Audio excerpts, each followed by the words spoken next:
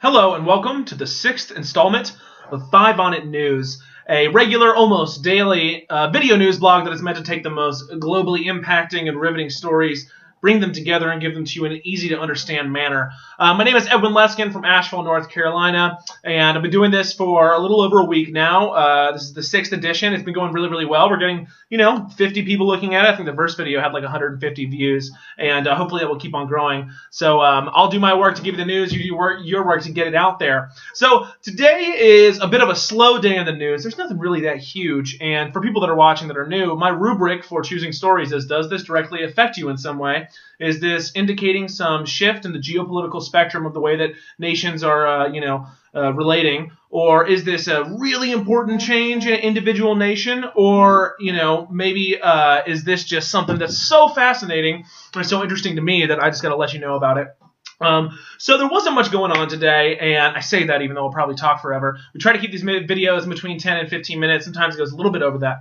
But it's going to allow me, hopefully, to do a cool little segment that I want to do on the end about international relations, political theory. So these videos open up with what I like to call a quick mention, where I go through and talk about a bunch of random stuff that's going on, and I'm sifting through the mainstream news, trying to find the good stuff. So I just try to get it out there as quickly as I can. And then, we move on to some deeper coverage and have been dipping into some analysis, which I'll get to do more of today, which is super awesome. So without further ado, let's get to it. Sixth installment, 5 On It News.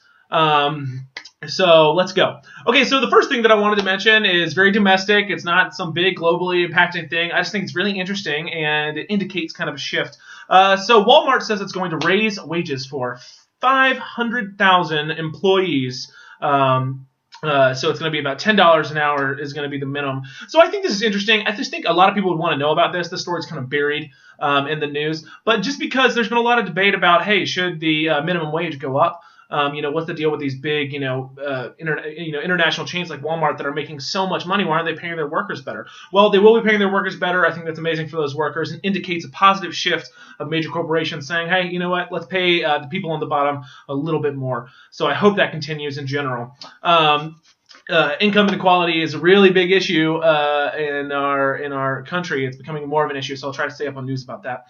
So I want to move on. I mentioned the other day that Turkey and the United States were coming together to train Syrian rebels. The FSA, one of the moderate groups, the Free Syrian Army, fighting Al-Qaeda, ISIS, al-Assad, you name it. So we have agreed to the plan. So we're going to train 5,000 Syrian rebels for a year for 3 years. So it's going to be 15,000. Just wanted to mention that did go through. Okay, so I'm going to move on now to a story that some would consider really big news, but it's not really big news to me. So Obama had a really great speech, I believe it was yesterday, about basically saying, hey, we're fighting ISIS, and ISIS is not indicative of Islam. I want to talk about a personal experience I had in the bathroom at a concert last week, where a guy was saying, some people were, I'm going to the bathroom, and somebody was talking about, hey, oh wait, are you a Muslim or something like this, to somebody else, and then it was like joking, but then he said, because if you were a Muslim, I'd kill you right here. And, I literally just yelled out, you sound like an idiot. And he didn't catch up with me. I don't know how mad he would have been. But, so Obama came out and he's talking about, we're not at war with Islam. We're at war with terrorists, and that, the radical, extremists are such a small number. And it's not religion that kills people. It's, it's people that kill people. So, he's being pandered a little bit by by some of the right-wing conservatives. And, of course, these are the same statements that, George Bush made when he, George W. Bush made when we invaded the Middle East originally, 10 years ago. So these are obvious statements. I think it's important, though. I think there's growing kind of, racism or some ethnic hatred towards Muslims in general, which is completely unfounded and absolutely ridiculous. Islam is a beautiful and generally extremely peaceful religion when it comes down to the scripture and the way that the billion, I think about a billion Muslims live their lives. So moving on. We've been talking about Ukraine, and we've been talking about these Russian-backed rebels, or potentially Russian-backed rebels in the eastern Ukraine fighting, and there was a truce that didn't hold up. There was an attempt to revive this truce, and it really didn't go through. And actually, the rebels have forced out, I think, 5,000 or 10,000 troops from this very contested town. It's a railway hub. Ukrainian troops had to withdraw. Major loss. I think one of the biggest losses they've had during this conflict. So there we go. This is really heating up over there. It's going to be hard to keep the focal point on it when so much else is going on in the world. But there's no good things going on over there. Okay, so I want to talk now. I've been talking a little bit about Greece, and they need. They've been talking about restructuring the way that they borrow money in order to kind of stay solvent, to stay viable, financially viable as a nation. So they basically, there's been these talks going on, and last Monday there was these requirements put out that said, hey, there needs to be a deal that meets X, Y, and Z. Well, Greece basically then after that turned around and said, hey, we want a proposal, an extension on our loan. They proposed to extend their loan. We want another 6 months. We have another 6 months to kind of figure this out and pay you back. And Germany has just said no. No, you cannot. So, Berlin basically said, hey, this is not a proposal for a solution. It doesn't meet this criteria. And they're meeting again in Belgium on Friday to talk about this, but there's no real forward movement. There's no good progress on this. If Greece isn't able to get the money that they need, it's going to be very, very dire for them. I'm going to continue to cover that because I think that it's important to know when a very developed nation, is undergoing such intensive financial stress, and it indicates some interesting things for the European Union. We'll talk more about it in future episodes. So we've been talking a lot about Nigeria. Last time I talked about Niger, Chad, Cameroon, Nigeria all coming together to potentially fight Boko Haram, which is the Islamic militant group which is causing so many problems in Nigeria. Well, Nigeria has started launching more bombing raids, and the Air Force, just struck really, really hard over the past 24 hours. And this coalition has come together. They finalized their strategy. They're all meeting, and they'll give it to the African Union Security Council and then to the UN. So that is underway. I'm going to keep up on that news. It's very, very interesting. There's such a strong backlash against Boko Haram. Hopefully it's successful. It will be a tremendously positive indicator for really making some headway against Islamic extremism in Africa and everywhere if, these nations kind of coming together locally, local nations came together and really made an impact. So I want to talk now about a very interesting story. 10 Southeast Asian nations, some of the major nations around there, have formed a new kind of European Union style thing where they're going to open up their markets. So they're going to have a single market altogether. And the acronym is actually called ASEAN, but it's spelled ASEAN. It's for the Association of Southeast Asian Nations. So they're going to have a unified common market at the very end of this year. And it might be challenging, it's challenging when you open up these markets, you involve all these economies. At the same time, it's a pretty progressive economic move that these markets are going to be opened. There's going to be, the banks and stocks trading more across the stuff. There's going to be a time zone. That area spans 3 time zones. They're going to potentially condense it down to a single time zone. And, there's some nations with very different kind of stages of development. We have, Singapore, which is just capitalism all day, very driven capitalist nation. And then we have Myanmar, which is totally beleaguered by, major political strife and a lot of, internal problems. At the same time, if they can bring it together, it's going to be really powerful, really amazing for Southeast Asia and for general development. Who knows if nations like Singapore will kind of have to prop up the rest. At the same time, those nations might really develop or benefit from people being able to purchase more from them as well. So this is a really strong, I think, move for Southeast Asia, and I'm really excited to see that story.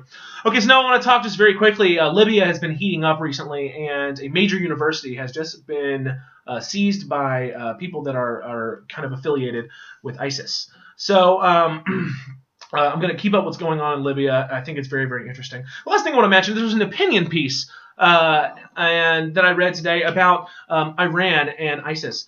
And so, from the very, very beginning, there's speculation out there. There's analysts out there that are saying, look, we're never going to get rid of ISIS without Iran. I just want to put it into perspective. We estimate that ISIS has in between 30,000 and 40,000 fighters. Iran has they can summon a military of over 500,000 strong. So, Iran is right there, right next to ISIS, has, tremendous kind of interest, or should have tremendous interest in making sure that there's no problems on their border, and also making sure that, unfortunately, from the rubble that is Iraq right now, to form a strong relationship with Baghdad, it's only going to ever be a good thing for Iran to do that. So, there are kind of what was termed in this, opinion piece overtures to, open coordination between Iran and potentially the U.S. for battling ISIS. Now, there's been some talks about Iran's nuclear problem recently, and they've been really, really hard in recent years about, no, we're not backing down on a nuclear problem. Recently said, okay, maybe we will. But so there's talks that are supposed to go on and kind of limit the nuclear problem. At the same time, that hasn't actually been happening, because I believe Tehran, which is the capital of Iran, said, well, actually, we don't want you coming and checking out our stuff before this is supposed to happen. But kind of, if this nuclear deal can happen, then there's kind of more of an open door for cooperation on the ground, for the United States and Iran to fight ISIS. I'm going to stay up on what Iran is doing in relation to ISIS. I think it's really, really interesting. Like was noted before, I think that it's extraordinarily, important that Iran gets involved. They're a strong military, strong nation, and, it's interesting. You put United States troops and Iranian troops in the same battleground, and if they fight together, it could be great for kind of mending this tremendous divide that has been spurred by the Iranian government and by our sanctions. Or they could accidentally bring fire on each other and end up in a major conflict and a true war. So I'm very interested to see how this goes. I hope that Iran gets involved, and I hope that it's successful, because I think they could be a major actor in stamping out ISIS. So those are our stories for today. I'm going to check the time. We're at 11 minutes. That means I have a little bit more time to talk. The major stories. One thing that I've been doing, I started it yesterday, or maybe the day before, is to go ahead and recap the stories that I've talked about. It's kind of hard. I'm going fast through these stories, the quick mentions especially. Just keep it all in your mind. So let's just go through. We'll talk about it. I'm just going to give the headlines. Walmart raises wages to $10 an hour for 500,000 employees. Really cool. U.S. and Turkey have signed the deal to train the Syria rebels. We will train the FSA. Obama is saying, hey, we're not at war with Islam. We're at war with those who are perverting Islam. And the world's like, yeah, totally. And then the racists are like, ah. So interesting little thing going on there. That was massive news to many. Ukraine is still, really undergoing some problems. The ceasefire did not hold, and the government has had to pull back from a major strategic position hugely. Germany rejected Greece's proposal for an extension on the loan that they have. Then we talked about Nigeria was bombing Boko Haram, and that this coalition has come together and they're finalizing their strategy to fight Boko Haram. Then we talked about ASEAN, the Association of Southeast Asian Nations, kind of creating a European Union in Asia. So interesting. This definitely could have been my major coverage for today, but there's really not much for me to share about it except for the fact that it's happening, and it's very, very interesting. I'm gonna maybe I'll do a special little segment about that, because I think this is just fascinating. But yeah, there are 10 major nations over there. They're kind of opening up their markets, and it's going to be like a European Union kind of thing. It's super cool. Then we talked about the seizure of a major university in Libya by pro-ISIS militants, and I'm going to stay up on Libya. I'm trying to stay up on Libya and Yemen because they're major conflict areas right now. And then we talked about how Iran is really important to ISIS, and that if we can get through this portion of figuring out their nuclear, limiting their nuclear program, which has not gone well in the past. We'll see how it goes. But that there might be the possibility to collaborate militarily against ISIS, which I think would. And I mentioned that Iran has a pretty massive military and could really do a lot of good against ISIS. So that's kind of our stories for today. I want to talk today at the very end about. I've been talking about it for a couple of days about talking about international relations political theory. I think that it would be good for the readers. I feel like a lot of the readers will have never really heard this stuff before, but it might be good for the readers just to develop a more broader understanding of the way that scholarly people and that politicians who have, and world leaders who have read all these books put out by pundits about, various geopolitical issues, understand the world. And there's a couple main schools I'm going to go into, but when I went to school for international relations for a little while, one of the first things they do when you're talking about international relations is they just get right into, okay, well, here's the major theories, and they kind of give these to you. So I'm going to give a little bit of the 101, and it's going to maybe illuminate, maybe you can pick out some of the politicians across the world and say, oh, he's probably in that group, or oh, this is in that group,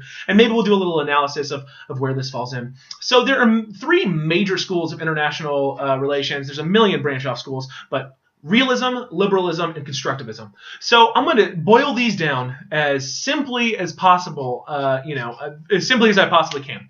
So realism is about nation states as kind of these independent actors, and it's about security and material power, and the world is anarchy. Okay, so liberalism is about economic interdependence, about countries working together, democracy, seeing more pluralism and more kind of competing views and ideas within democracies, which give way to a more structurally sound international theory. And they say that there could be kind of a structure. It's not anarchy. If nations are working together, if democracies are working together, then things are going to go well. And then the final group is Constructivism. Constructivism basically says, look, it is all about ideas. The ideas that go on among the populace of different nations end up informing the way that the geopolitical structure of the world actually works. So those are the three kind of like, down and dirty descriptions of these three schools of thinking. So we'll go through and give a little bit more info, and then we'll show how they might apply to a recent story.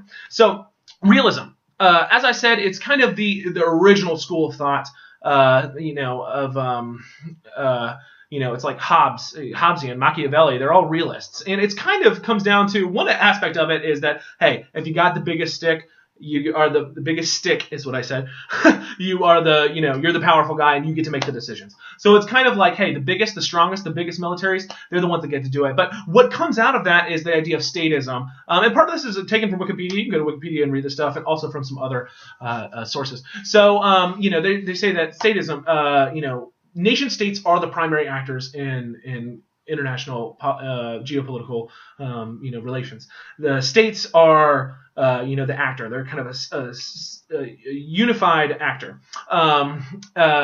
Survival element, which is that nations will do whatever they need to do to secure their interests, and and then there's kind of the idea of the idea that a state cannot rely on others to take care of it. It has to be kind of state independent, and that the world is governed by anarchy. That the international political spectrum is a pure anarchy where the strongest come out on top and make the rules. So IGOs, NGOs, all these different kinds of things, are not the primary actors.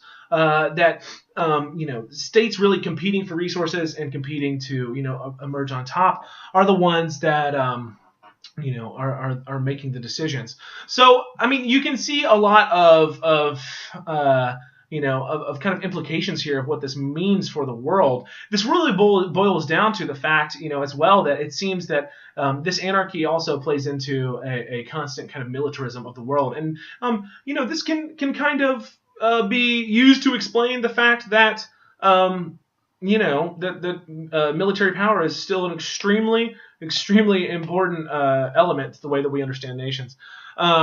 Okay, so it's the reason that every nation builds up all its arms, or most of them build up their arms to be secure, quote unquote, because realism says that's the only way to be secure. So let's move on to liberalism. Originally, there was idealism, or quote unquote utopianism, and it was kind of a divergence from realism, and it was just that the state should make its internal political philosophy the goal of its foreign policy, but basically that the ideas that we need to employ at home, we also have to kind of propagate to the world, and that if we're propagating these same ideas kind of concurrently, holding up to our values and our ideals, then things are going to play out right.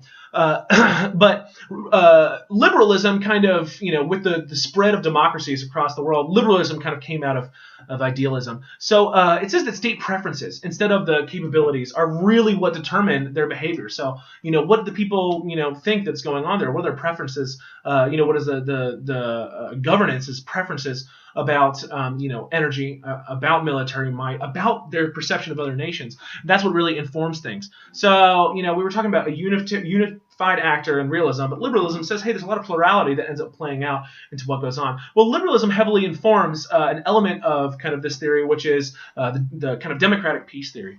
So it basically says that only through cooperation and interdependence of democracies is really the world going to be the most secure place where everyone has what they need. And it basically, the idea says that, hey, democracies almost never war with one another. They have fewer conflicts inside of, themselves.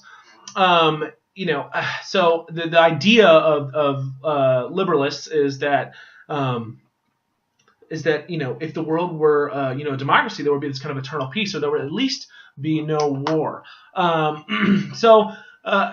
think that this kind of idea is definitely very ingrained now into the kind of American ethos. We want countries to be, democratic. But if you ever hear about a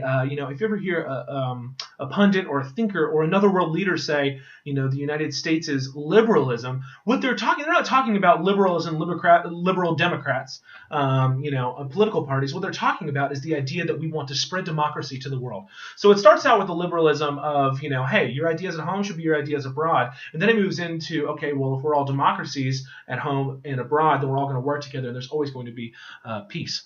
So now the third thought is constructivism. And constructivism is kind of a hybrid of the two in certain kinds of ways. But it basically says that it is truly only ideas, collective values, culture, social identities that end up creating international politics. So one of the biggest kind of poster childs for this it was the fall of the Berlin Wall. The fall of the Berlin Wall kind of, and communism kind of just happened. And if you were paying attention to liberalism, it would say, hey, there have to be major, political reforms in these nations in order for the Berlin Wall to fall. If you were paying attention to realism, they would have said, hey, there's got to be a war probably, or somebody to emerge a victor and then decide the Berlin Wall is going to fall. Well, it didn't. It just kind of all evaporated, with communism as well. And that's where constructivism comes in. It says, no, it's the ideas of the people on the ground of, these different elements playing through, through a governance and through a body of citizens that end up informing, the way that the geopolitical spectrum of the world works and ends up actually making the ideas on the ground. So, constructivists, say ideas kind of rule the world. But by ideas, they mean the goals, threats, fears, identities, and the perceived reality of what's going on within a nation. Now, there's some other kind of schools that branch off of this. There's liberal realism, which is a definitive hybrid of the two first schools. But those are the three major schools. So I just want to I think it's interesting for you to know. I mean, you can also know that just the fact that liberal, literally, in liberalism, doesn't just mean a political party. And, you might say, oh, okay, I know who this are. The realists are the, Republicans, and the liberalists are the Democrats. And then, the the Green Party and the Libertarian Party are the constructivists. That would be a extreme oversimplification. The way that our foreign policy is always going to work these days is always going to have elements of liberalism. We're going to want to spread democracies because that's also how we spread market control as well. But then when I get to market control and soft power, then I'm getting back into realism. I mean, if we want these controls, then that's our kind of goal as a state. So I just want to kind of apply some of these theories to recent stories. So, if we look at Obama today talking about, hey, we're not fighting Islam. We're fighting Islamic militants. This is a clear example of constructivism playing out in the way that we have to go about things. I mean, these ideas, preferences, the fears, the hatreds, all these things playing out into our commander-in-chief, our president having to, make the statement about, please don't, persecute Muslims. Like, we're not fighting Muslims. We're fighting, this other stuff, where this crazy kind of divergent cultist group. And so, so that's one example. So then if we move into, we'll just do a little play with realism and liberalism. The last episode that I did was talking about, I think it was titled Apocalypse Schmacalypse, and it was talking about how ISIS is trying to trigger, is not just, people, Islamic militants trying to set up a state. They're actually trying to trigger the apocalypse through creating a ground war at this town called Dabiq. So I encourage you to look at that if you want to learn more about it. It's fascinating. But at the same time, before that, if you were a realist, you might have assumed, or my realist kind of assumptions were, okay, well, the Islamic State actually wants to form a state. They're calling themselves the Islamic State. They're trying to take over territory. They form a state, then they can rise in power, form other states like it, or support other things, and, assume some sort of control, and the cultural elements that they want to bring out will be present, kind of a unified actor. But, then when this realization comes out, it's like they can't be classified as as wanting to be really a nation state. They're not a unitary actor necessarily, and they're not working for a tangible kind of realist goal of power or anything like this. Really what they're working for is some crazy shit. I cursed. Oh my gosh. I hope that's okay with you. But they're really, just working for, a wild idea of creating the apocalypse, which falls way more into constructivism. So, each of these schools of thought has their flaws. And each of them has their strengths. I mean, I'll just go through and I think that realism has its strength in the fact that, at the end of the day, the largest military nations, do end up informing many of the decisions that go on. And then when it comes down to really the way we make our decisions, we do make our decisions in a fairly consistent way. So that would seem to indicate that we kind of are unitary actors. Then you get to liberalism and the idea that there's a lot of stuff going on. You just look at our democracy. I mean, there's so many different ideas that are going on, and they totally inform, even Obama's speech today and all kinds of stuff. Then you look at the democratic piece, and it's a pretty good idea. Hey, if they're all democracies, they won't really have conflict, and the markets will be open.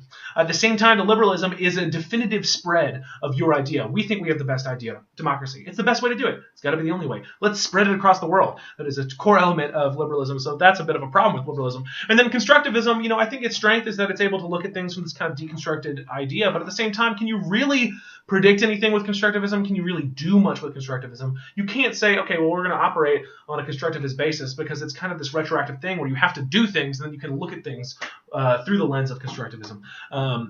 So that's been my little download on international political relations theory. And we went to 25 minutes? Oh my gosh, I talked for so long on that. Okay, well, generally I might go back and do a video that trims it up, but that was so fascinating to me. I'm just going to leave it. Super long episode today. I hope that it was very interesting for you. We're going to get right back into it tomorrow. I had some audio problems yesterday. I got them all figured out, so we're ready to go. And this has been the 6th installment of 5 on It News. I hope that today was helpful. I hope it was interesting. We got into some major analysis. I might have to split these up in the future. But have a fantastic evening, and I'll be seeing you soon. Be sure to like, share, favorite, subscribe, go to the Facebook page, do all that stuff. We're going to be doing some trial runs, getting the format of these videos down over the next couple of weeks, and then I'm going to blast it really, really hard, and hopefully more people will be looking at it. But it helps if more people are looking at it now, so please share this, tell your friends about it, and let them know what's going on. Okay, well, thank you very, very much. It's been the 6th installment of 5 on It News. I'm Edwin Leskin, and have a fantastic evening.